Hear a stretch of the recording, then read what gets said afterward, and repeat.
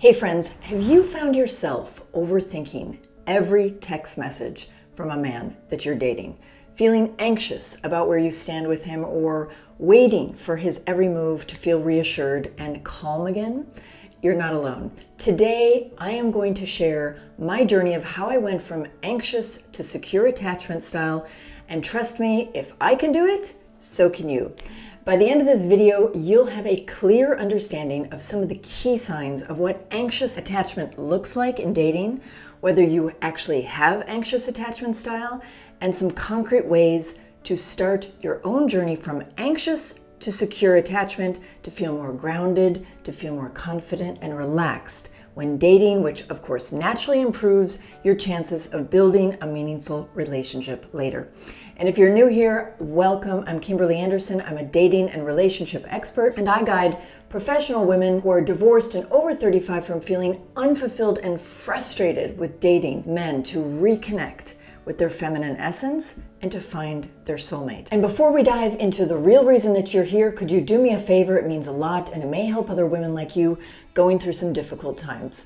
Let's consider this our ladies' agreement. I create the content to help you as much as I can for free. There are no corporate sponsors here. And in return, I ask that you share this video with someone who could benefit from this message. It's these word of mouth referrals that help the channel grow.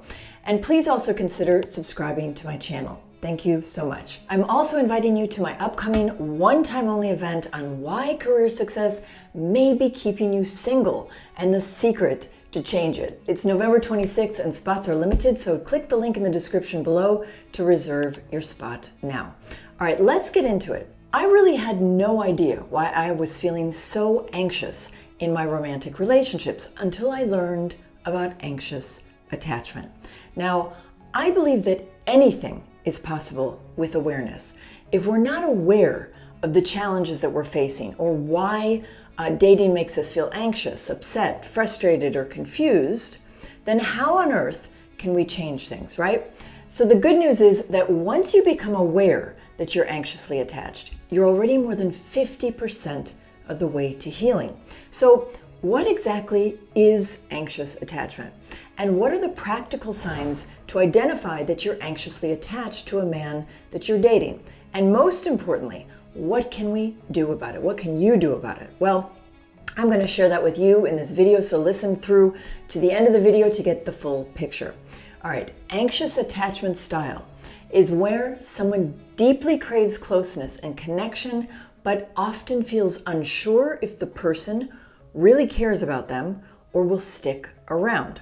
Now, they may constantly worry about being left or feel that they're not good enough for the person that they're dating or in a relationship with.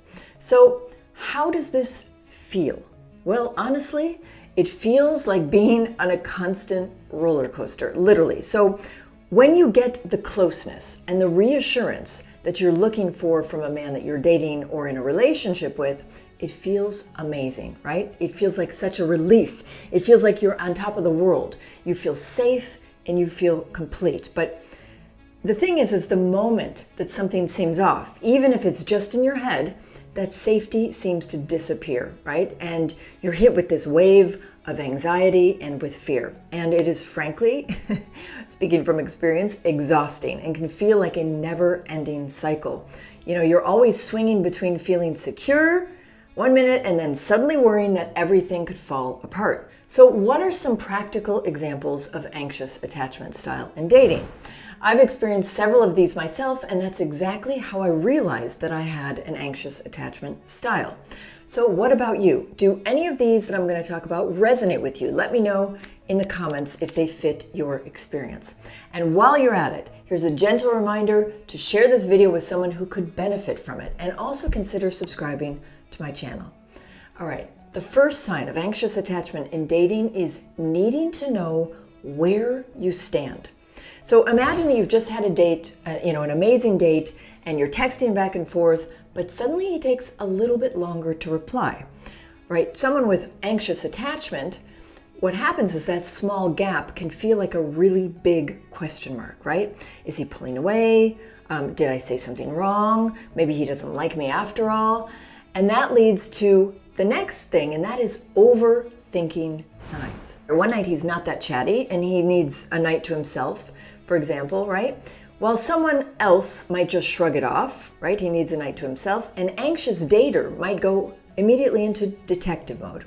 So suddenly that quiet evening becomes evidence of something bigger. Is he losing interest? What is he doing? Why does he want to be on his own? This is a really common thought pattern with anxious attachment style. It's like your mind is on high alert for anything that could mean that you're being disconnected. Next, and this is a big sign, and that is getting attached too quickly. I have definitely experienced this myself, and it is very common with my clients. So it's when you find someone that you click with, it can feel like you've hit the jackpot. You might start imagining future plans together, being exclusive with them, or meeting their family when you've only just recently met them. It's so exciting, right? Sometimes this level of intensity can catch the other person off guard, especially if they are pacing things a bit slower, right? Another big sign of anxious attachment is that you seek reassurance. A text that says, for example, just thinking about you, or a casual check-in from the man that you're dating feels so amazing because it's that reassurance that you're looking for. But if you don't get it, anxiety creeps in and you might start wondering if something is wrong. So what do we do in this case? Well, we quickly look to reestablish this closeness, right? When there's any form of a disconnect. In fact, the moment that you sense that something's up, your first instinct is to do what? Bring him back close to you. And this might mean more reaching out, suggesting another date, or wanting to talk things out, right? Another telltale sign is that you struggle with being on your own. So if you're in between relationships, for example, it can feel very unsettling, like something is really missing, right? You're used to feeling that closeness, and without it, you feel like there's a painful void that really just needs to be filled. And lastly, and ultimately, anxious attachment is about the fear of abandonment and rejection, right? The idea of someone leaving us or rejecting us can feel totally unsettling, making it really hard to fully relax into the relationship because you're on this constant roller coaster of emotions, right? You might catch yourself holding back in some way or overextending in other ways, hoping to keep things secure. So where does anxious attachment come from and what can we do about it? Anxious attachment usually starts as a child, when you weren't sure really how your parents would respond to you. It can also, of course, begin from adult relationships, but mostly from childhood. Now, maybe sometimes your parents were really loving and present, but other times they just seemed really distant or they were insensitive and they simply didn't notice what you needed. So for example, one day they may have been a perfect parent, loving and caring, and the next day they gave you the silent treatment, right? For no apparent reason. Or they might have been insensitive. For example, if you said that you were cold, your parent just told you, toughen up, kid, and instead of giving you the sweater that was right there. For me, it began with my relationship with my father. Some days he'd be kind and supportive, and other days he'd be distant or disapproving. Now this hot and cold inconsistency made me feel that I always had to earn his love. And that need for approval followed me into my adult romantic relationships, which led me to people pleasing. So anxious attachment can also manifest in indirect ways like choosing a partner who is not as strong as us. Why? To avoid the very abandonment that we're afraid of. We often do this unconsciously, but the problem then is that we may be unhappy in this relationship because we chose it for the sense of safety, right? Driven by fear.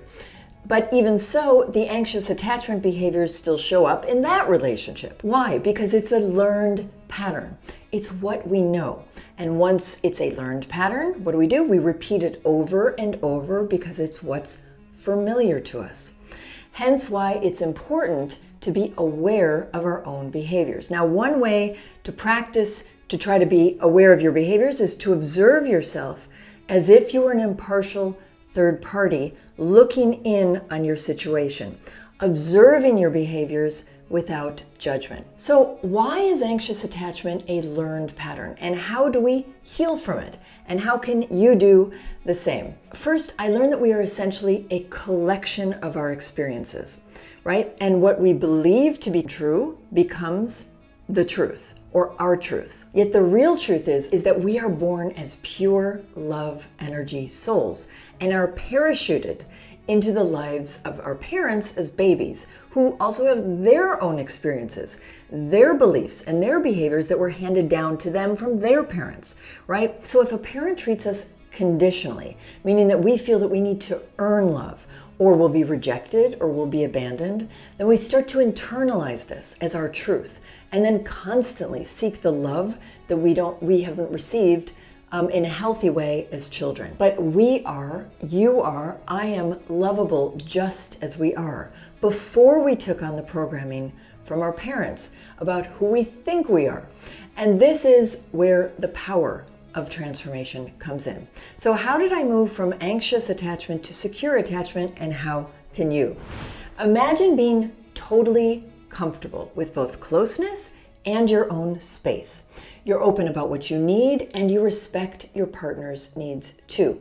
Conflict doesn't feel like it's a threat. You can work through it without getting hurtful, and you're not always playing games, and you handle rejection well, keeping that positive outlook on people and relationships. You expect good things to happen because you know that you are worth it. Plus, you trust your instincts. If a relationship isn't working, you can recognize that and have the strength to walk away. That is what secure attachment looks like and feels like. It's important to imagine attachment as a spectrum, right? So if you have a line with anxious attachment, at one side of the spectrum, and secure attachment on the other side of the spectrum, on the other end, right? There are different degrees of anxious attachment. You may be extremely anxious, so you're on the far end of the spectrum, or you might be mildly anxious, right? But the goal is to become aware of how you feel towards having secure attachment. Now, you may have some avoidant attachment style, but that's a topic for another video. In fact, drop a yes in the comments if you'd like me to do a video about avoidant attachment. How did I heal from anxious attachment, right? Here are a couple ways. So first, understand your triggers. Anxious attachment can make small things feel like huge threats. So begin by noticing specifically what triggers your anxiety. Maybe it's a delayed text, unclear plans, or seeing that your partner is engaging with others. By identifying these triggers, you can start to separate real concerns from anxiety talking. Now, second, strengthen your self-worth. Anxious attachment often stems from a fear of not being enough, right? Working on self-worth can be truly transformative. Try to regularly remind yourself of your own value and practice self-compassion. So you might, for example, make a list of what you bring to a relationship and read it when you're feeling insecure. Remember, your worth isn't defined by how someone else reacts or responds. Next, practice self-soothing. So instead of immediately looking for reassurance from a man that you're dating or in a relationship with, learn techniques to calm down your anxiety. So deep breathing, journaling, meditating, or even just taking a moment to challenge those anxious thoughts can help. And ask yourself, for example, is this fear-based on reality or on past patterns? This helps you move away from impulsively reaching out for reassurance from that person. Next, learn to communicate clearly and directly. Anxious attachment can sometimes make us afraid to express our needs. So we might hold back or drop hints instead of just being open, right? So instead, try saying something like, I really appreciate when we stay in touch throughout the week. It helps me feel connected to you. How do you feel about that? Right? So in this way, you're sharing your feelings without pressure, making it easier for both of you to understand each other's needs. Also, focus on your own life. Make sure that you have a fulfilling life outside of dating. So when you're investing in your own needs, in friendships, and goals, you're not as likely to feel overly reliant on a man for validation, right? This sense of wholeness brings resilience and reduces the highs and the lows of that attachment brings. Also, choose emotionally available partners. Anxious attachment often flares up with partners who are distant, who are inconsistent. So look for people who are warm, reliable, and open with their feelings. Over time, being with someone who is consistent and emotionally present can help calm your attachment triggers. Also, consider, getting help. I have a great online program where I guide women with anxious attachment to move to secure attachment as part of their journey to reconnecting with their feminine selves, their feminine essence, to attract love. If this could be helpful to you, click on the link in the video description below. And now tell me, what do you think about this video? Does it fit your experience with anxious attachment? What did you learn? And if you have anxious attachment style, I have a great video, 7 nice girl habits you need to stop now, at the end of this one, so check it out. Thanks for watching up until the end, and as always, I'm sending you lots of love.